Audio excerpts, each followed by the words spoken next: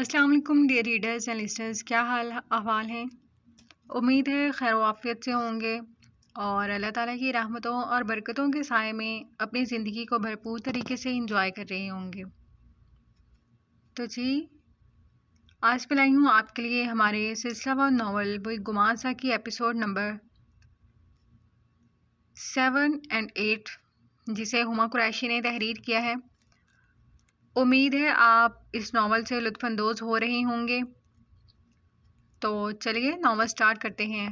10 minute کا وقت تھا جب ہانیہ شو سٹور کے کیش کاؤنٹر کے قریب کھڑی آخری 2 کسٹمرز کو نپٹاتی اب گھر نکلنے کی جلدی میں تھی۔ اس کے ورکنگ آورز 10 بجے ختم ہو جاتے تھے۔ How much it is? وہاں کے لوکل شہری نے ایک شوز کا پیئر ستائشی نظروں سے دیکھ شائستہ سی انگریزی میں قیمت دریافت کی۔ 62 پاؤنڈ۔ اس نے مختصر سا جواب دیا تھا، جبکہ اب وہ بس نکلنے کے لیے تیار تھی۔ کسٹمر کا حساب چل رہا تھا جب اچانک بلیک پینٹ شرٹ میں ملبوس، بلیک ہیلمٹ سر پر پہنے ہیوی بائک سوار بائک شاپ کے عین سامنے روک کر گلاس شاپ کا دروازہ کھول کر داخل ہوئے۔ ہاتھوں میں جدید اسلحہ تھا۔ شاپ میں یکایک بگدڑ سی مچ گئی تھی۔ ہر کوئی حواس باختہ سا ارد گرد میں چھپا تھا۔ دونوں ڈکیتوں نے کیش کاؤنٹر کے قریب آ کر کیشیئر کے ساتھ ساتھ اس کی کنپٹی پر بھی گن رکھی تھی۔ ہانیہ کی آنکھیں باہر ابلنے کے قریب ہو گئی تھیں۔ سانس فنا ہوتی رکتی ہوئی محسوس ہوئی تھی۔ اوپر کا سانس اوپر اور نیچے کا سانس نیچے ہی رہ گیا تھا۔ وہ اب تیز آواز میں مذاکرات کرتے جلد از جلد پیسہ بیگ میں بھر کر وہاں سے فرار ہونے والے تھے، مگر ان کی مزید کسی کارروائی کے عمل میں آنے سے پہلے ہی موقع پر وہاں پولیس آ گئی تھی۔ ہانیہ دوڑ کر شاپ کے کونے میں جا کر گھٹنوں کے بل سر جھکا کر بیٹھتی، خوف سے شدید سردی میں بھی پسینے سے شرابور تھر تھر کانپ رہی تھی۔ چہرے پر ہوائیاں اڑی ہوئی تھیں۔ پولیس آ بھی گئی تھی اور ڈکیتوں کو گرفتار بھی کر چکی تھی، جبکہ ایک ڈکیت کے بھاگنے کی کوشش میں پولیس مزید فارم میں آ گئی، مگر اس کے گالوں پر آنسوؤں کا ریلا بہہ رہا تھا۔ ہانیہ! کوئی بہت شناسا سی آواز تھی جو کان کے بہت قریب سے ابھری تھی۔ ہانیہ نے آنسوؤں سے لبالب نگاہیں اٹھا کر آواز کی سمت دیکھا۔ جو مکمل وجاہت شجاعت کا حامل شخص ساری انا بالائے طاق رکھے، چہرے پر پریشانی سجائے، اس کے قدموں میں بیٹھ گیا تھا۔ چہرے پر پریشانی، فکر مندی کے تاثرات واضح تھے۔ میں ہانیہ کی آواز آنسوؤں کے باعث رن گئی تھی، آنکھوں میں خوف ہچکولے لے رہا تھا۔ کیا ہوا ہنی، اتنا رو کیوں رہی ہو؟ شمون کو اس کے جھرنے کی مانند بہتے آنسو دیکھ تکلیف ہوئی۔ جو مسلسل کپاہٹ کا شکار جانے کس خوف کے زیر اثر مسلسل کانپ رہی تھی۔ وہ گن، مجھے پاکستان جانا ہے، اپنے گھر پاکستان جانا ہے، پلیز۔ وہ پھپک کر روتی ذرا سی نرمی پر بے ساختہ ہی اس کے گلے آ لگی تھی۔ شمون چند لمحوں کے لیے حواس باختہ سا رہ گیا۔ وہ اس اچانک افتاد کے لیے ہرگز بھی تیار نہیں تھا۔ ہانیہ ریلیکس، اٹھو یہاں سے، ہم کرتے ہیں، کچھ کرتے ہیں۔ صبر کرو تھوڑا پلیز۔ وہ اس کا سر تھپک کر خود سے جدا کرتا نرمی سے بولا، جو ابھی تک خوف کے حصار میں جکڑی ہوئی تھی۔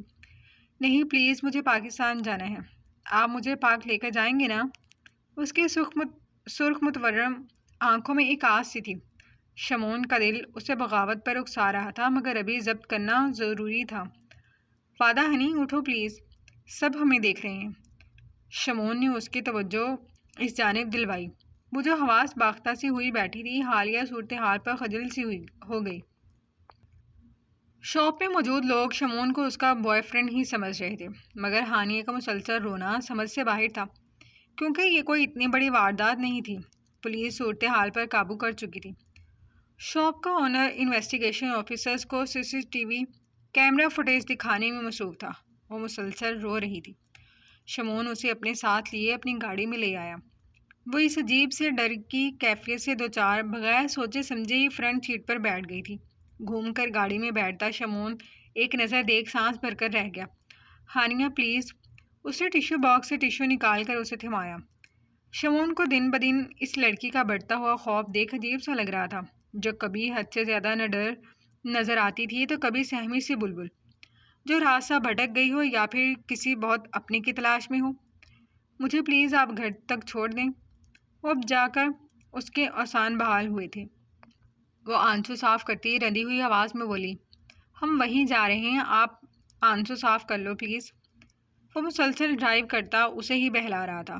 وہ تو شاپ کے باہر اس کا انتظار کر رہا تھا، مگر وہاں ایک الگ ہی صورتحال کا سامنا کرنا پڑ گیا تھا۔ آئی ایم سوری، میری وجہ سے آپ۔ اسے شرمندگی ہوئی۔ انداز شدید خجالت سے مزین تھا۔ شمون کے نابی لب اس کے سابقہ حرکت یاد کر بے ساختہ ہی مسکراہٹ میں ڈھلے تھے۔ سوری کہنے والی کوئی بات نہیں، ڈرو مت، زندگی میں بہت کچھ ایسا ہو جاتا ہے جو بالکل ہماری توقعات کے برعکس ہوتا ہے۔ شمون نے مسکرا کر اس کی شرمندگی دور کرنی چاہی جس کی ناک بہنے لگی تھی۔ ویسے اگر آپ مائنڈ نہ کریں تو ہم اچھے دوست بن سکتے ہیں۔ شمون کی پیشکش پر اس کی چھوٹی سی پیشانی پر بل نمایاں ہوئے۔ ناگواری سے دیکھتی وہ لمحوں میں اپنے جون میں لوٹی تھی۔ آپ مجھے ایسی ویسی لڑکی مت سمجھیں، میں یہاں مجبوری کی بنا پر رہ رہی ہوں، پر آپ ہر بار میرے راستے میں آ کر میری منزل تک کے کٹھن سفر کو مزید دشوار کیے جا رہے ہیں۔ وہ بے تاثر لہجے میں بڑی صفاقی سے گویا ہوئی۔ شمون کے نابی لبوں میں بکھری مسکراہٹ یکایک سمٹ سی گئی تھی۔ ہانیہ، سب سے پہلے تو اپنے مائنڈ سے یہ بات نکال دو کہ میں آپ سے فلرٹ کرنے کی کوشش کر رہا ہوں۔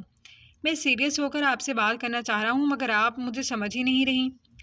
شمون نے ٹائنی ہاؤس کے بیک سائڈ پر ایک جھٹکے سے گاڑی روکی تھی۔ اس کا انداز سخت پتھریلا تھا۔ مگر میں آپ سے کسی قسم کی کوئی بات کرنے میں انٹرسٹڈ نہیں ہوں۔ آپ نے میری مدد کی تھی، اس کے لیے میں آپ کی مشکور رہوں گی۔ کبھی بھی میری ضرورت محسوس ہو آپ مجھے بلا جھجک یاد کر سکتے ہیں، مگر میں آپ کے ساتھ دوستی کے نام پر ایک ناجائز رشتہ بنانے میں ہرگز بھی دلچسپی نہیں رکھتی ہوں۔ بہتر ہے آپ مجھ سے فاصلے پر رہیں۔ وہ سخت تاثر اور خشک سے لہجے میں بولتی اس کا دماغ گرم کر چکی تھی۔ شمون خاصی مشقت کے بعد اپنی زبان پر قابو رکھ سکا تھا۔ ابھی لفظوں کو ترتیب دینے میں ہی کوشاں تھا کہ وہ ایک جھٹکے سے گاڑی کا دروازہ کھولتی، باہر نکل کر روڈ کراس کرتی، لمبے لمبے ڈگ بھرتی وہاں سے غائب ہو گئی تھی۔ شمون نے غصے سے اسٹیئرنگ پر ہاتھ مارا۔ لندن کا موسم اچانک تبدیل ہوا تھا۔ مسلسل ہوتی برف باری نے ماحول کے ساتھ ساتھ دلوں پر بھی ٹھنڈی تہ جما دی تھی۔ رومان بیٹا، چلو جلدی سے ریڈی ہو جاؤ، آج ہم ماں بیٹا ڈنر باہر کریں گے۔ جویریہ نے اسے اداس دیکھ پروگرام ترتیب دیا۔ جبکہ مہینے کا آخر تھا، ابھی وہ ہرگز بھی یہ عیش افورڈ کرنے کی پوزیشن میں نہیں تھی۔ مجھے نہیں جانا، وہ انکاری تھا۔ کیوں نہیں جانا؟ ماما کے ساتھ جانا اچھا نہیں لگتا کیا؟ وہ مسکرا کر بولتی چھوٹی سی رائٹنگ ٹیبل کے نزدیک آئی جہاں وہ خاموش بیٹھا تھا۔ مجھے ماما اور بابا دونوں کے ساتھ جانا اچھا لگتا ہے۔ وہ معصوم نگاہیں اٹھائے ایک آواز سے بولا، ہاں بیٹا، بابا دور ہے نا ہم سے، وہ ہم میں جلدی واپس لوٹ آئیں گے، پھر دیکھنا ہم جلدی ہی سب ساتھ میں ہیپی رہیں گے۔ وہ اس کے گال پر بوسہ دیتی بہلانے لگی تھی۔ نو، آپ ہمیشہ یہی بولتی ہیں، جھوٹ بولتی ہیں مجھ سے۔ پھپھو بابا دونوں مجھے چھوڑ گئے، مجھے آپ کے ساتھ کہیں نہیں جانا۔ وہ اچانک سے جھٹکے سے کرسی چھوڑ کر کھڑا ہوتا، ضدی لہجے میں بولتا وہاں سے نکل گیا۔ پیچھے وہ منہ پر ہاتھ رکھتی ہچکیوں سے رو پڑی تھی۔ وہ اپنے باپ سے کتنا اٹیچ تھا اس بات کا اسے بخوبی اندازہ تھا، مگر وہ کیا کرتی، مجبور تھی۔ کیسے نہ کیسے کر کے وہ اپنے ساتھ ساتھ اس کا پیٹ بھی پا رہی تھی، مگر وہ تھا کہ اپنی ماں کی مجبوری سمجھتا ہی نہیں تھا۔ رف اینڈ ٹف حلیے میں کوٹ پشت پر ڈالے گہری سنجیدگی سے داؤد پیلس میں داخل ہوتا وہ سیدھا ہال سے گزر کر اوپر جانے والا تھا۔ جب ہی سامنے سے آتی لڑکی کو دیکھ وہ ٹھہرا۔ گڈ ایوننگ سر، میم اب بالکل ریڈی ہیں۔ بلیک پینٹ پر گھٹنوں تک آتا ٹاپ پہنے، دوپٹے سے ندارت وجود اور میک اپ سے لبریز چہرہ لیے وہ شام کا سلام کرتی پروفیشنل انداز میں بولی تھی۔ اس وقت کلائی پر بندھی قیمتی رسٹ واچ میں وقت دیکھ اس کی چوڑی پیشانی پر بل نمودار ہوئے۔ یس سر، ایکچولی میم کی طبیعت ٹھیک نہیں تھی، اسی لیے دیر ہو گئی۔ داؤد کے چہرے کے بگڑتے تاثرات دیکھ وہ گڑبڑا کر بولی، اوکے جاؤ تم۔ داؤد کا سنجیدہ انداز اب ناگواری میں تبدیل ہو گیا تھا، جبکہ وہ سر ہلا کر تیزی سے اپنا بیگ سنبھالتی سیڑھیاں پھلانگتی جلدی سے داؤد پیلس کا بڑا سا ہال کراس کرتی باہر کی جانب بڑھی تھی، جہاں پہلے ہی داؤد کا ڈرائیور کار سمیت اس کا منتظر تھا۔ ایک جھٹکے سے روم کا دروازہ دھکیل کر اندر داخل ہوتا داؤد ہاشمی کفلنگ کھولتا خاصا غصے میں دکھائی دے رہا تھا۔ نظر سیدھی گلاس ونڈو کے پاس کھڑی اس پری پیکر پر گئی تھی جو ڈھلتی شام کا منظر آنکھوں میں بساتی نظریں باہر مرکوز کیے کھڑی تھی۔ پشت پر پھیلے لمبے سلکی بال ہوا کے دوش پر ہلکے ہلکے لہرا سے رہے تھے۔ داؤد کو یہ منظر بہت منفرد اور مکمل سا محسوس ہوتا رگوں پہ میں سکون پہنچا گیا تھا، جو سر کے بال سے لے کر پیر کی چھنگلی تک صرف اس کی خواہش کا احترام کرتے ہوئے صرف اسی کے لیے ہی سجی سنوری تھی۔ دروازہ آہستگی سے بند کرتا گہری سانس بھر کر خود پر ضبط کیے وہ دھیمی قدموں کی چاپ پیدا کرتا اس کے نزدیک قدم اٹھا رہا تھا۔ آہستہ آہستہ غصہ بھی اب ہوا ہونے لگا تھا۔ کمرے کا ماحول اس کی پسند کے مطابق خوابناک بنا ہوا تھا۔ ہوا کے باعث جلتی بجھتی کینڈلز نے سفید تھیم سے مزین کمرے میں ایک فسوں سا پھونک دیا تھا جو سینے پر ایک ٹھنڈی پھوار کا سا کام کر گیا تھا۔ وہ اس کی موجودگی محسوس کرتی بہت آہستگی سے پلٹی تھی، جو کوٹ سے ندارت سفید شرٹ میں ملبوس آنکھوں میں مانی خیزی سے چمک لیے اس کے قریب ہوا۔ بہت خوبصورت لگ رہی ہو۔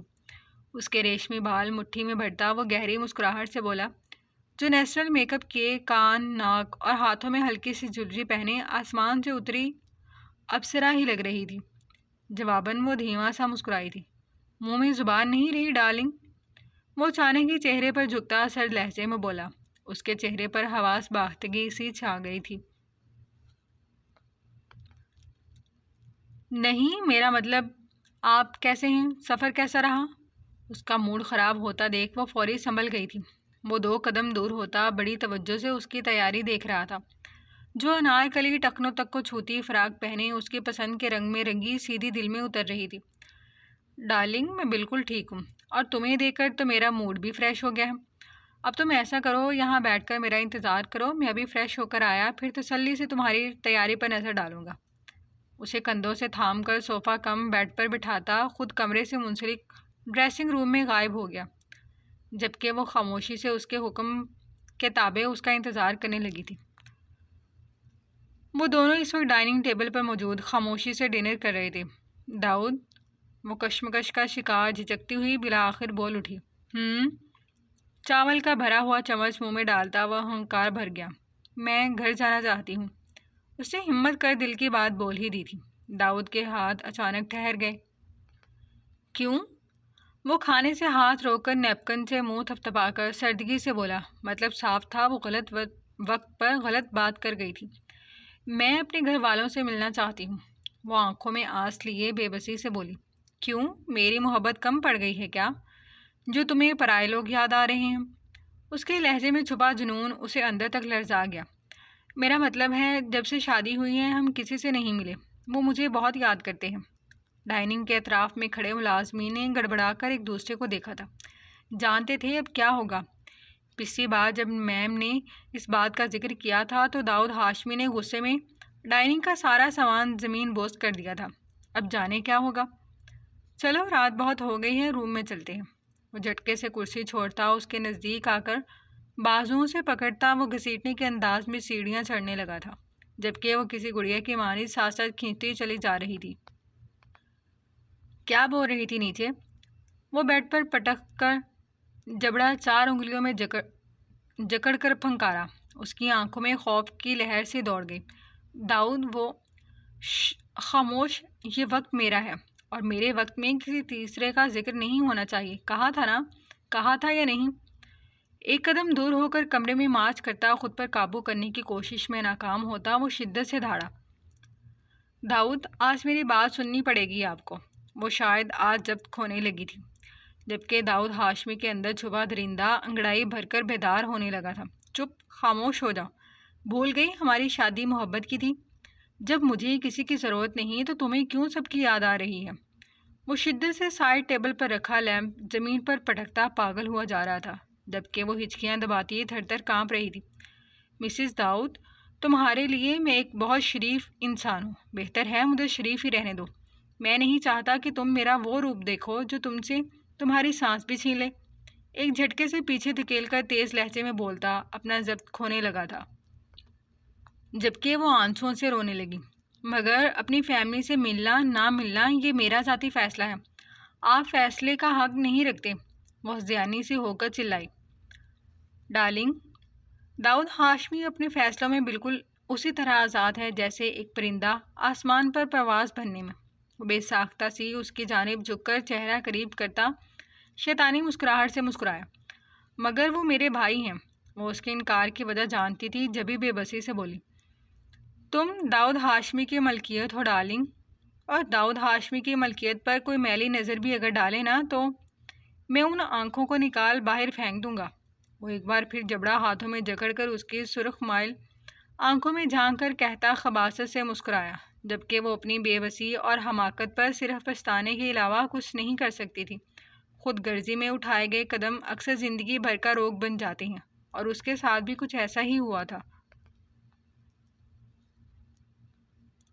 رپورٹر، وہ جو کچن میں کھڑی اپنے لیے چائے بنا رہی تھی، ٹائیگر کی شوق بھری آواز سن کر آنکھیں گھما کر رہ گئی۔ رپورٹر سنو تو۔ ٹائیگر اقصیٰ کا ہاتھ پکڑ کر اپنی جانب گھماتا بڑا پرجوش نظر آ رہا تھا۔ بولو بھی، کیا مسئلہ ہے؟ اقصیٰ عادتاً چڑ گئی۔ میں سوچ رہا تھا، اب سے 10 سال بعد جب تم ذرا موٹی لہیم شہیم ہو جاؤ گی تو تم کس چینل میں جاب کرو گی؟ مطلب میڈیا میں ایسے ڈیل ڈول جسامت والے لوگوں کی کوئی جگہ نہیں ہوتی، اور پھر تم تو پورے کیمرے میں ہی سما جاؤ گی۔ ٹائیگر کچن کاؤنٹر سے ٹیک لگائے شرارت سے بولا۔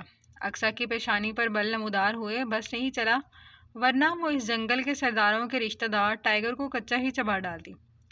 تم فکر نہیں کرو، میں اپنا ذاتی چینل بنا لوں گی، اور پھر اس شہر سے چن چن کر تمہارے جیسے لچوں کا پردہ فاش کر دوں گی، خاص کر کے تم جیسے 2 نمبر ٹپوریوں کا۔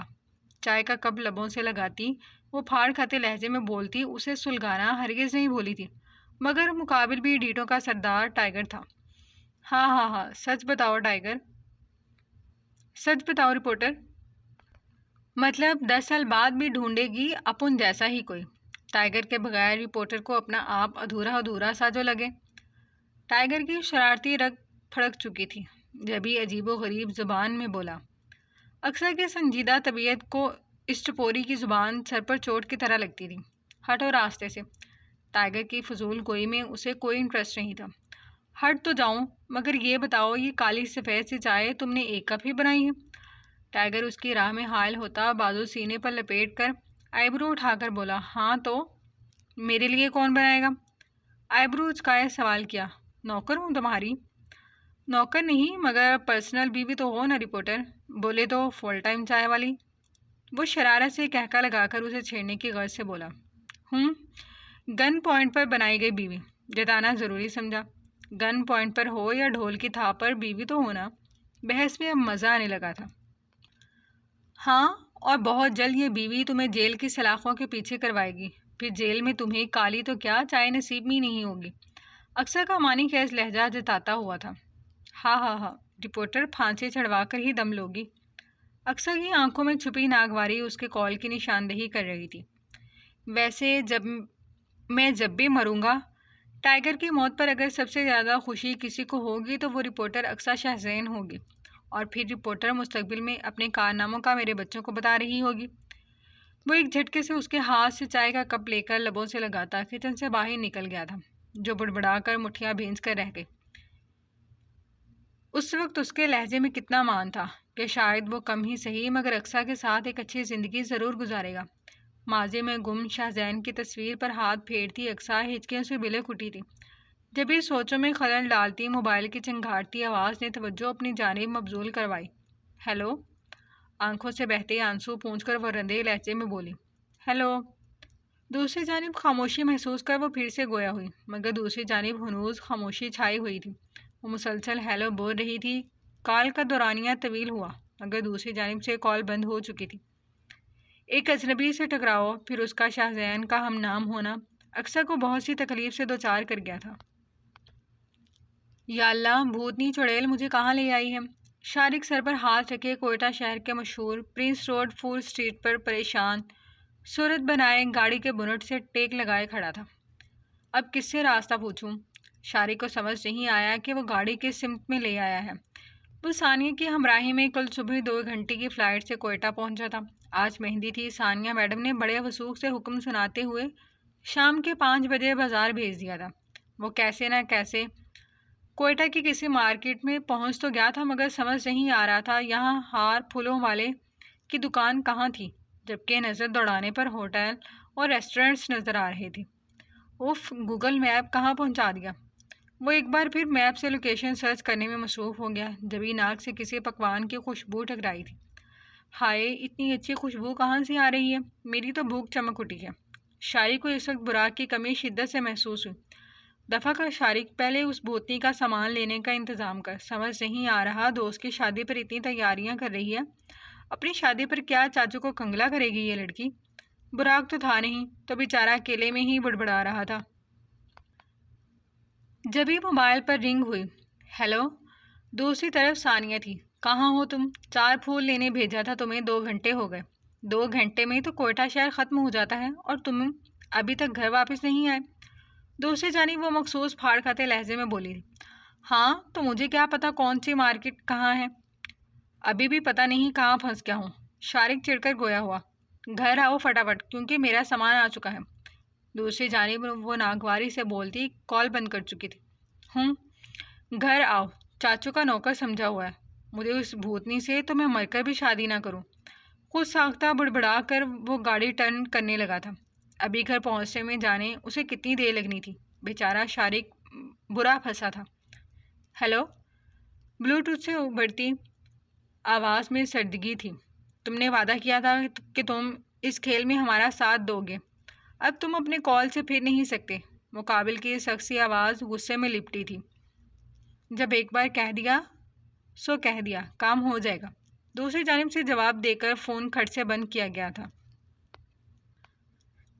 یہاں آپ کو بریکنگ نیوز سے آگاہ کرتے چلیں، لندن میں مقیم معزز پاکستانی الیاس احمد بزنس ٹائکون کو کسی نے بے دردی سے قتل کر دیا ہے، جو کچھ دن پہلے ہی اپنی فیملی کے ساتھ پاکستان چھٹیاں گزارنے آئے تھے۔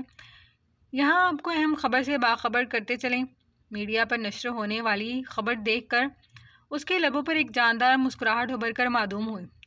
جبھی تیز چنگھاڑتی موبائل کی آواز پر وہ معنی خیزی سے مسکرایا تھا۔